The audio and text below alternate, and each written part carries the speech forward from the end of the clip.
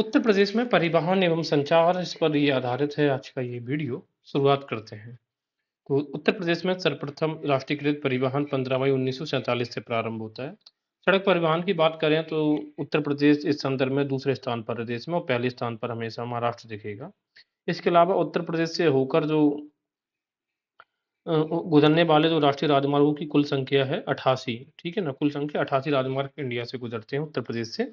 इसके अलावा जो सबसे उत्तर प्रदेश से होकर गुजरने वाला जो सबसे लंबा हाईवे है, नेशनल हाईवे, वो है राष्ट्रीय राजमार्ग नंबर 19। ये पुराना इसको NH2 कहा जाता था, जो कि दिल्ली से कोलकाता तक के लिए जाता है। सड़क मार्गों की कुल लंबाई के संदर्भ में भी देश के राज्यों में उत्तर प्रदेश का दूसरा स्थान है और पहले स्थान पर महाराष्ट्र रहेगा। इसके अलावा ये डेटा हमें ज़रूरी नहीं है जानकारी करनी। इसके अलावा सर्वाधिक लोकप्रिय जो साधन है उत्तर प्रदेश में वो सड़क ही है। और सर्वप्रथम बसों का संचालन लखनऊ से बाराबंकी के लिए किया गया था। तो लखनऊ टू बाराबंकी, बा से बाराबंकी, बा से बसेस। इसके अलावा उत्तर प्रदेश जो सड़क परिवहन निगम है, इसकी स्थापना सड़क परिवहन निगम रोड 72 में की गई थी 1 जून 1972 में। और निगम का जो मुख्यालय है, जो रोड ट्रांस जो रोडवेज ट्रांसपोर्टेशन का जो हेडक्वार्टर्स है, मुख्यालय, वो लखनऊ में है, ना कि कानपुर में। इसके अलावा लखनऊ योजना अगर बात करें तो ये सड़कों के इस विकास से संबंधित है, क्योंकि ये मुख्यालय भी आपको देखने को मिलेगा लखनऊ में। और उत्तर प्रदेश में एक्सप्रेस बस सेवाओं का संचालन कब स्टार्ट हुआ है? एक्सप्रेस है तो ई ऐसे बन रहा है, लास्ट में 3 आ रहा है, 93 में। सर्वप्रथम महानगर बस सेवा 6 जुलाई 1992 को कानपुर से शुरू की गई थी। अगर बात करें महानगरों की, तो वो बस सेवा कब से स्टार्ट की गई है? महानगर है कानपुर।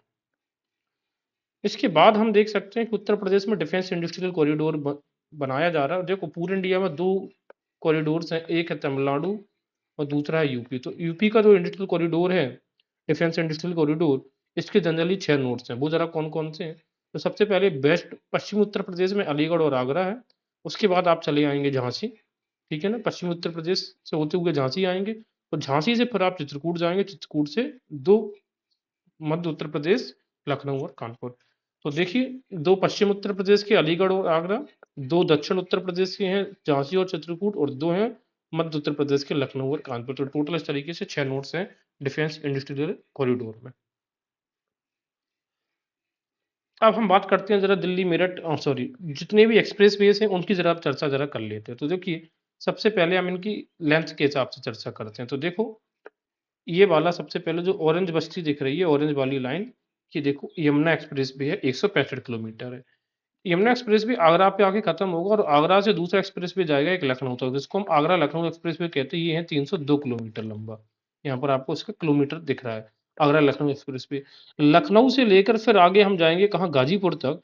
तो ये जो लखनऊ गाजीपुर है, इसी को हम बोलते हैं लखनऊ टू गाजीपुर पूर्वांचल एक्सप्रेस। तो ये है 341 किलोमीटर। अब ये भी पूछा जा सकता है कि जो पूर्वांचल एक्सप्रेस है वो कहाँ से कहाँ तक है? तो कहेंगे लखनऊ से लेकर गाजीपुर तक है। कितने जिलों से गुजरता है? तो 9 जिलों से गुजरता है। अब याद रखने का तरीका, 165, 302 और 341, ये हो गया। इसके बाद आप देखोगे, जब आगरा से लखनऊ के जो आएगा, यहाँ से एक और नोड आपको दे दिया जाएगा और यहीं से शुरू हो जाता है आपका बुंदेलखंड एक्सप्रेस वे, जिसकी की जो लेंथ है वो है 296 किलोमीटर। बुंदेलखंड जो एक्सप्रेस वे है जनरली, ये 7 जिलों से निकलता है, जबकि पूर्वांचल एक्सप्रेसवे 9 जिलों से निकलता है। और अगर हम बात कर लेंगे गंगा एक्सप्रेसवे, तो ये 12 जिलों से निकलता है। आगे देखते हैं। बुंदेलखंड एक्सप्रेस को हमें याद रखना है, ये झांसी में ट्रांजिट नहीं होता। देखिए, अब बुंदेलखंड एक्सप्रेसवे जालौन, जालौन से ये हमीरपुर और ये बांदा और अंत में प्रयागराज। ये झांसी इस तरफ को नहीं आता है, ये इस तरफ को जाता है। तो ना तो ये झांसी को कनेक्ट करता है, ना ही ललितपुर को, राइट? तो ये वाला एरिया है। इसके अलावा बुंदेलखंड एक्सप्रेसवे को सरकार सोलर एक्सप्रेसवे के तौर पर भी डेवलप कर रही है। बुंदेलखंड एक्सप्रेसवे के दोनों तरफ सोलर पैनल्स लगाए जाएंगे और यहाँ पे 450 मेगावाट ऑफ एनर्जी का प्रोटेक्शन किया जाएगा। तो ये जानकारी थी बुंदेलखंड एक्सप्रेसवे से रिलेटेड। इसके बाद अगर हम कुछ और एक्सप्रेसवे देखेंगे, तो ये वाला देखते हैं जो पूर्वांचल एक्सप्रेस पे हमने ये देखा था। यहीं आपको देखने को मिलेगा क्या? आजमगढ़। और आजमगढ़ से आप गोरखपुर तक जाएंगे, इसको हम बोलते हैं Gorakhpur link expressway. Link 91 kilometre का एक डिस्टेंस है। और इसी को जब हम आगे गोरखपुर से हम आगे बढ़ाएंगे कहाँ तक? सिलीगुड़ी, ठीक है? और सिलीगुड़ी दैट मीन्स कि बंगाल के एरिया तक करना चाहते हैं, इसको बोलते हैं गोरखपुर सिलीगुड़ी एक्सप्रेसवे। ये है 519 किलोमीटर। तो अगर हम बात करें कि हमारे प्रदेश का सबसे लंबा एक्सप्रेस वे कौन सा है, तो वो है हमारे 594 गंगा एक्सप्रेस वे। यूं तो गंगा 24 जिलों से निकलती है, लेकिन गंगा एक्सप्रेसवे की बात करें तो ये आधे जिलों से होकर गुजर रहा है। 594 किलोमीटर लंबा गंगा एक्सप्रेसवे है और ये मेरठ से शुरू हो जाता है, मेरठ से लेकर जाएगा ये वाराणसी तक। ये इसका पहला फेज है, सॉरी, मेरठ से लेकर स्टार्ट होगा, ये प्रयागराज तक जाएगा और अपने दूसरे फेज में ये प्रयागराज से लेकर अंत में बलिया तक जाएगा। अब बलिया तक ही क्यों? क्योंकि आप याद करो कि गंगा बलिया के यहाँ से निकलती है और ये जो घाघरा रहेगी वो ये वाला। तो हम लोगों ने पहले ही पढ़ा था कि इंडिया में बिजनौर से गंगा एंटर करती है और बलिया से गंगा एग्जिट करती है। इसी वजह से ये बलिया तक लास्ट फेज है। तो पहले फेज में गंगा एक्सप्रेसवे 500 सॉरी ये मेरठ से लेकर प्रयागराज तक रहेगा और फिर दूसरे फेज में प्रयागराज टू बलिया तक इसको एक्सटेंड किया जाएगा और 91 किलोमीटर तक। तो ये चीजें देख ली। अब अगर कभी के एग्जाम में आपको क्रिम से लगाने के लिए इनकी लेंथ वाइज भी एक्सप्रेस भी आ सकते हैं, तो सबसे पहले गंगा एक्सप्रेस भी 594 किलोमीटर, इसके बाद आएगा 341 किलोमीटर पूर्वांचल एक्सप्रेस भी, इसके बाद आएगा जो आगरा से लखनऊ एक्सप्रेस भी है 302 किलोमीटर, इसके बाद बुंदेलखंड एक्सप्रेस भी 296 किलोमीटर और अंत में है यमुना एक्सप्रेस भी जो कि 165 किलोमीटर। तो एक बार इस मैप को कायदे से अगर देख लिया जाए तो हमारी एक्सप्रेस वे से रिलेटेड जो भी चिंताएं वो दूर हो जाती हैं। अब जरा हम बात करें, ये तो ठीक है, ये कौन सा कितने इन्हीं को जो एक्सप्रेसवे किसका कितना डिस्टेंस है इसी को टेबल फॉर्मूलेट में दे दिया गया है, जितने भी एक्सप्रेसवे इंडिया में चल रहे हैं उत्तर प्रदेश में। हाँ, दो चीजें हमें याद रखनी है कि ये जो पूर्वांचल एक्सप्रेसवे आपने देखा है, पूर्वांचल वाला कौन सा है? ये लखनऊ से लेकर ये लखनऊ से लेकर जो गाजीपुर तक जा रहा है, ये 8 लेन एक्सप्रेसवे है। बुंदेलखंड एक्सप्रेसवे ओनली 4 लेन एक्सप्रेसवे है। ठीक है, तो दो चीजें याद रखिएगा कि जो ये वाला 8 लेन क्यों है, क्योंकि यहाँ पे ट्रैफिक ज्यादा है, जबकि ये 4 लेन, ये वाला सिर्फ ओनली 4 लेन ही बनाया जाएगा। क्यों बनाया जाएगा? ओनली क्योंकि यहाँ पे ज्यादा बहुत ज्यादा ट्रैफिक नहीं देखने को मिलता है। अगर हम बात करें कि पूर्वांचल एक्सप्रेस पे 9 जिलों से, बुंदेलखंड एक्सप्रेस पे 7 जिलों से। अब देखो ये जस्ट अपोजिट है पूर्वांचल और ये एकदम इसके जस्ट अपोजिट दिख रहा है, तो अगर ये 9 से है तो ये 7 जिलों से है। गोरखपुर एक्सप्रेस वे जो लिंक एक्सप्रेस वे वो 4 डिस्ट्रिक्ट से गुजरता है और जो गंगा एक्सप्रेस वे है वो 12 से। ठीक है, अब जो गोरखपुर एक्सप्रेस वो है वो किन 4 जिलों से गुजरता है वो आपको पता होना चाहिए। तो उसके लिए आप ये देख सकते हैं, तो दो तो डिस्ट्रिक्ट यही हो जाएंगे, आजमगढ़ और गोरखपुर। 2 जिले और जो बाकी हैं वो यहाँ पे हम देख सकते हैं, जैसे कि ये है आजमगढ़, अंबेडकर नगर, संत कबीर नगर एंड गोरखपुर। ठीक है, ये इस तरीके से जाता है ये वाला। तो ये 4 डिस्ट्रिक्ट से आदम जहाँ से Gorakhpur express way Gorakh link express भी गुजरता है। ठीक है, अब जो याद रखने का जो सबसे इंपॉर्टेंट एस्पेक्ट है वो हमें ये देखना है कि ये जो जौनपुर आपको दिख रहा है, जौनपुर से ना तो गंगा एक्सप्रेस वे गुजरता है, यहाँ पे मैंने क्लियरली चीज़ों को शो हो रहा है, ना तो गंगा एक्सप्रेस वे गुजरता है और ना ही पूर्वांचल एक्सप्रेस वे गुजरता है, क्योंकि ये सुल्तानपुर है। अब इस साइड आता तो जौनपुर आता, ये और ईस्ट की तरफ चला जाता, इस वजह से ये नहीं गुजरता है। लखनऊ एक्सप्रेस वे किन किन जिलों से गुजरता है? लखनऊ, बाराबंकी, अमेठी, सुल्तानपुर, फैजाबाद, अंबेडकर नगर, संत कबीर नगर, सॉरी अंबेडकर नगर के बाद ये आजमगढ़, मऊ और ये गाजीपुर। ये भी पूछा जा सकता है कि जो गोरखपुर लिंक एक्सप्रेस वे वो लखनऊ के किस पॉइंट से निकलता है, तो ये है आजमगढ़ का। तो आजमगढ़, अंबेडकर नगर, संत कबीर नगर और गोरखपुर, ये 4 जिले कवर करता है गोरखपुर। ठीक है, गोरखपुर लिंक एक्सप्रेस वे। तो जौनपुर याद रखना, ना तो गंगा एक्सप्रेस वे से निकलता है ना पूर्वांचल एक्सप्रेस वे से, और उसी प्रकार से झांसी और ललितपुर बुंदेलखंड एक्सप्रेस वे को कनेक्ट नहीं करते हैं। तो ये चीजें थी हमारी एक्सप्रेस वे से रिलेटेड। अब जो हमें देखना है,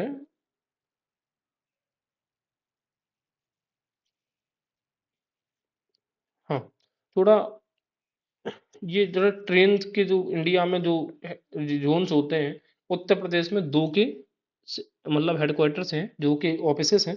एक है प्रयागराज, प्रयागराज का मतलब क्या हो जाएगा? नॉर्थ सेंट्रल, और ये हो जाएगा नॉर्थ ईस्ट का। तो नॉर्थ सेंट्रल का हेडक्वार्टर प्रयागराज में और नॉर्थ सेंट्रल का हेडक्वार्टर प्रयागराज में है और नॉर्थ ईस्ट का हेडक्वार्टर गोरखपुर में है। ठीक है, इसके अलावा 4 अक्टूबर 2019 से लखनऊ में नई दिल्ली के बीच आधुनिक सुविधाओं के पूर्ण भारतीय रेल की पहली निजी रेलगाड़ी कौन सी चली है? तेजस। तो उत्तर प्रदेश में जो पहली रेलगाड़ी चली है तेजस, वो कहाँ कहाँ से चली है? लखनऊ टू दिल्ली के बीच में।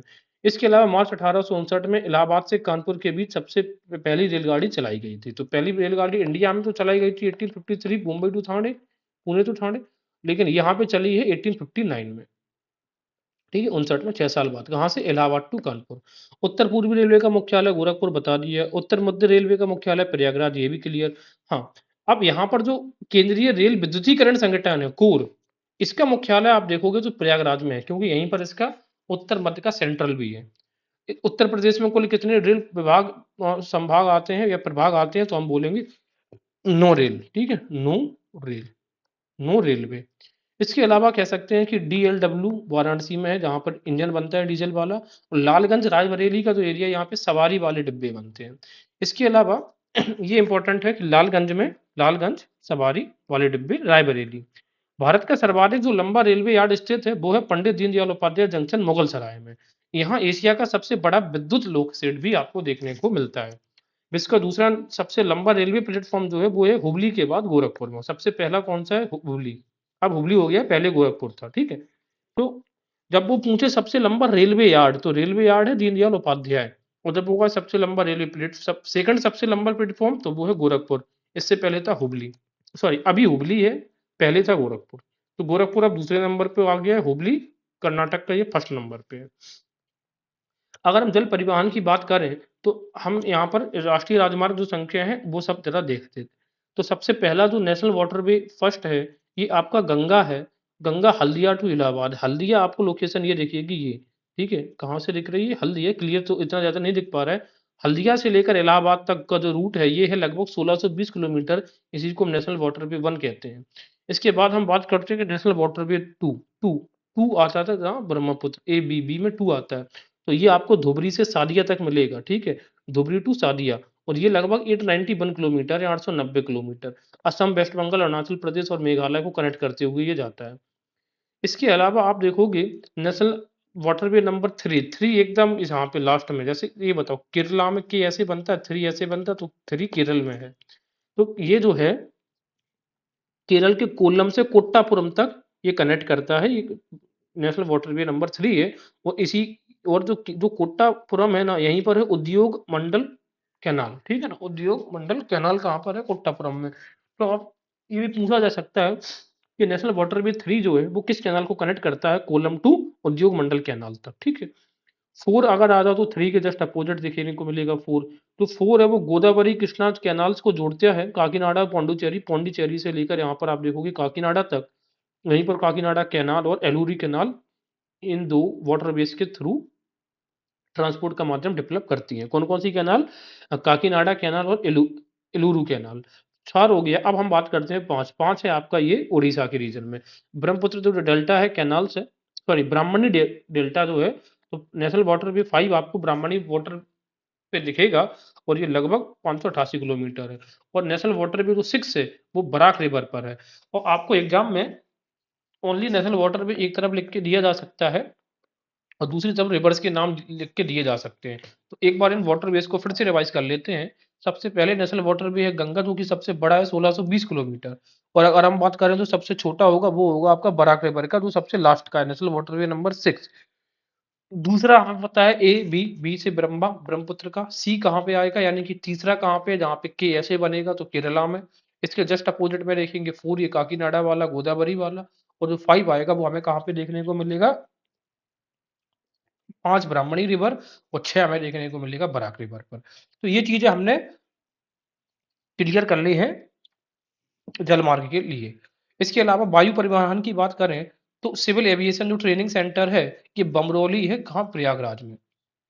सिविल एविएशन कहने का मतलब जो सिविल एविएशन से रिलेटेड जो भी प्लेन्स होते हैं, इनके लिए जो पायलट ट्रेनिंग दी जाती है वो है बमरोली प्रयागराज में। तो सिविल एविएशन बमरोली, या सिविल लोग की ही तो रोली निकलती है।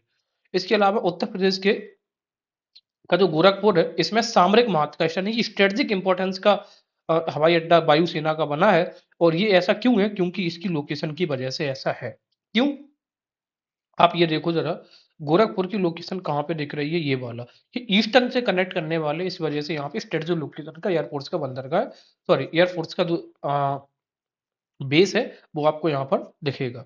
इसके अलावा अगर आप बात करेंगे राष्ट्रीय जो पैराशूट प्रशिक्षण कॉलेज है पैराशूट से रिलेटेड, वो है आगरा में। तो याद रखने के लिए कि भाई आप जब हवा में उड़ते हैं तो ऐसे कहते हैं कि अगर पैराशूट ना खुला, तो अगर पैराशूट आगरा।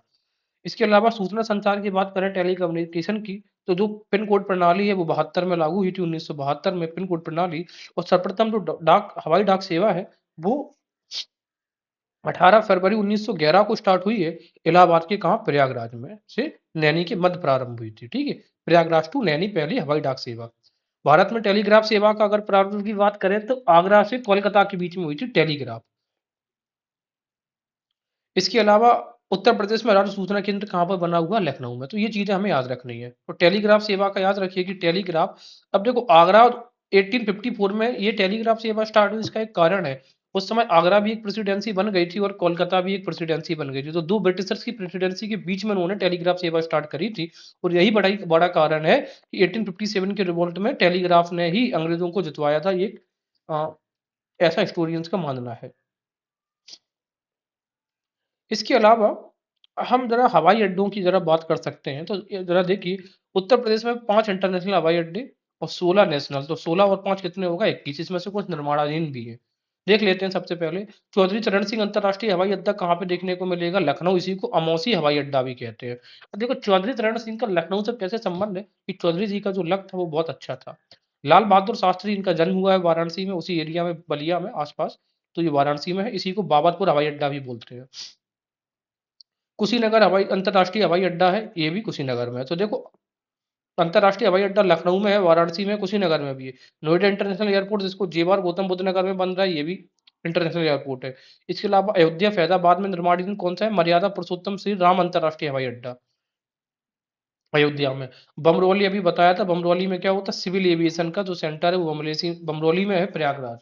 इसके अलावा चकेरी हवाई अड्डा कानपुर में है। और आगरा या फिर खेरिया हवाई अड्डा भी कहाँ पर है, आगरा में। आगरा का दूसरा नाम है, वहाँ का जो लोकल रीजन है वो है खेरिया, उसी के नाम पर है ये, खेरिया हवाई अड्डा आगरा। तो अगर सब कुछ खैर रही, ऐसे याद रख सकते हैं। इसका दूसरा जो नाम है वो है, नाम है पंडित दीनदयाल उपाध्याय एयरपोर्ट। पूछा जा सकता है कि पंडित दीनदयाल उपाध्याय जो एयरपोर्ट है वो कहाँ पर स्थित है, तो आप क्या बोलोगे, आगरा में। ऐसी को हम बोलते हैं खैरिया। अब सरसावा हवाई अड्डा ये है सहारनपुर में, सा से सरसावा, सा से सहारनपुर। हिंडन गाजियाबाद में, ललितपुर हवाई अड्डा ललितपुर, झांसी। महायोगी गोरखनाथ गोरखपुर में, आईआईटी कानपुर या कल्याणपुर हवाई अड्डा ये कानपुर में है। बरेली हवाई अड्डा की बात करेंगे तो ये बरेली में है। और ये Rajiv Gandhi national aviation university है। ठीक है, तो एविएशन यूनिवर्सिटी भी कहाँ पे भी स्थित है, ए से एविएशन और ए से अमेठी, AMETHI। तो एविएशन अमेठी। इंदिरा गांधी नेशनल जो एविएशन एकेडमी अमेठी, अमेठी में कहा, फुर्सतगंज में है। ठीक है, तो जो एविएशन एकेडमी है राजीव गांधी के नाम पे चाहे इंदिरा गांधी के नाम पे, वो दोनों आपको कहाँ पे देखने को मिलती है, अमेठी में। BR अम्बेडकर जो एयरपोर्ट आपको देखने को मिलेगा वो आपको मिलेगा मेरठ। तो BR अम्बेडकर एयरपोर्ट कहाँ पे है, मेरठ में। और अलीगढ़ एयरपोर्ट, साथ में सैफई एयरपोर्ट, ये तीनों फ्लाइंग स्कूल के रूप में विकसित किए गए। कौन कौन से, एक तो अलीगढ़ के रूप में, एक सैफई जहाँ पे मुलायम सिंह सरकार ने बनवाया था इसको, और BR अम्बेडकर। तो अम्बेडकर भाई अपने टाइम पे तो बहुत फ्लाई हाई हुए हैं, तो अली भी फ्लाई होते थे भाई, किस तरीके से याद रख सकते हैं। इसके अलावा एयरफील्ड स्थापित इन जिलों में किए गए हैं, एक बार नजर देख लो, याद तो वैसे भी नहीं होना है। आदित्य बिड़ला ग्रुप ने कहाँ पे, सोनभद्र के जो म्यूरपुर में, यहाँ पे एक प्राइवेट हवाई अड्डा विकसित किया है। ठीक है, बिड़ला भद्र। तो बिड़ला ने कहाँ पे, म्यूरपुर कौन सा जिला है, सोनभद्र। या फिर याद रख सकते हो कि म्यूर सोना। हाँ, झांसी एयरपोर्ट भारतीय सेना का एयरपोर्ट है। और भारतीय वायुसेना का एयरपोर्ट बक्सी का तालाब लखनऊ में है, बा से वायुसेना, बा से बक्सी का तालाब। और अगर बात करें कि स्ट्रेटजिक कहाँ पर है, स्ट्रेटजिक एयरफोर्स का पोर्ट जो है वो है आपका गोरखपुर में। तो ओवरऑल ये चीजें हमारी कवर हो गई हैं कि कौन सा एयरपोर्ट कहाँ पर है। तो उत्तर प्रदेश की प्रमुख हवाई अड्डे पट्टियां ये हम कवर कर चुके हैं, सिर्फ आप मैपिंग में आप इसे देख सकते हैं।